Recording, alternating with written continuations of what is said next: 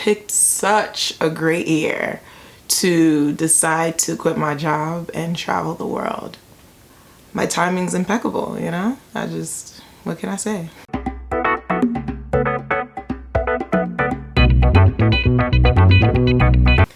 Welcome to the Ibironke Show. Alright guys, this is a YouTube series that I'd planned to start for a little while. I was putting content together, recording interviews, and then coronavirus hit. I'm self-isolating like most of the United States, most of the world right now. I'm reading, I'm self-reflecting, I'm planning content, and I'm working on some business ideas. Now, ironically enough, these are the things that I had planned to do for the next 6 months to a year.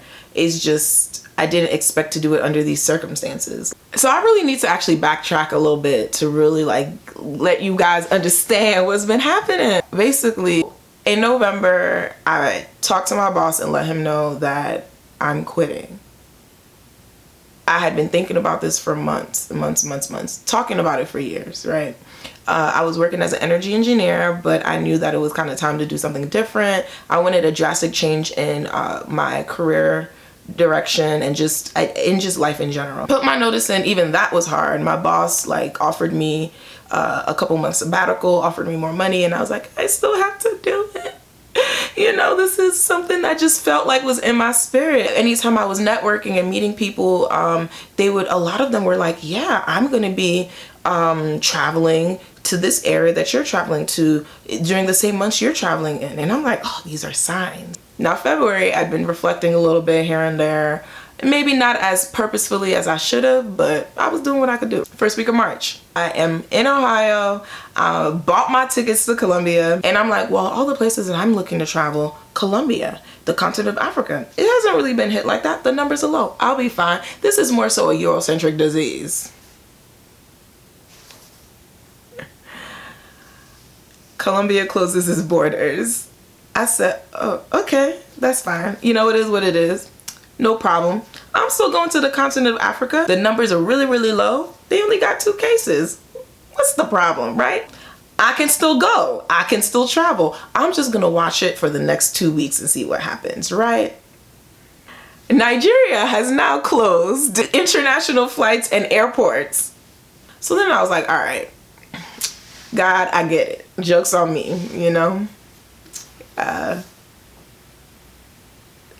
I'm supposed to just kind of wait this out. So then I'm like, how can I even start content? My show was supposed to be about travel, entrepreneurship, and the journey. But it's like your journey can still start. We're all using the internet as a platform.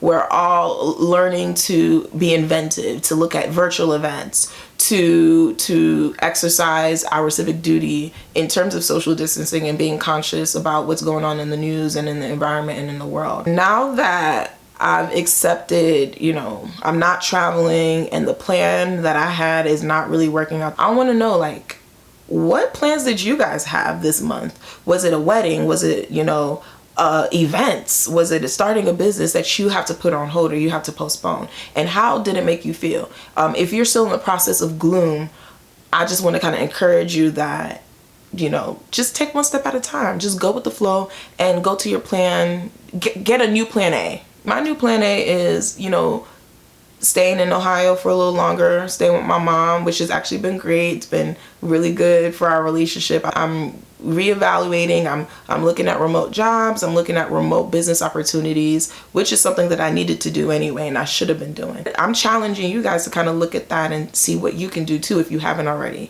If you've already been doing that, share your stories, comment below. How did you adjust? How did you show flexibility in this environment, in this time of unpredictability, in this time of uncertainty? What have you been doing to try to adjust and readjust and to not give up?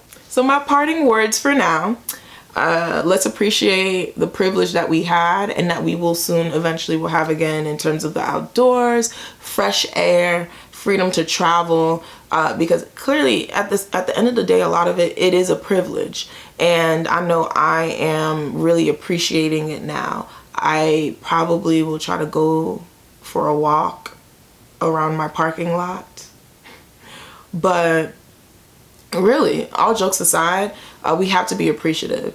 And we also have to, you know, realize that there are people who are in countries or in areas that are highly affected by this. Because this social distancing, I'm not quite sure there's going to be a, you know, quick end like we thought. I think we're really going to have to adjust and change our behavior for a longer period of time.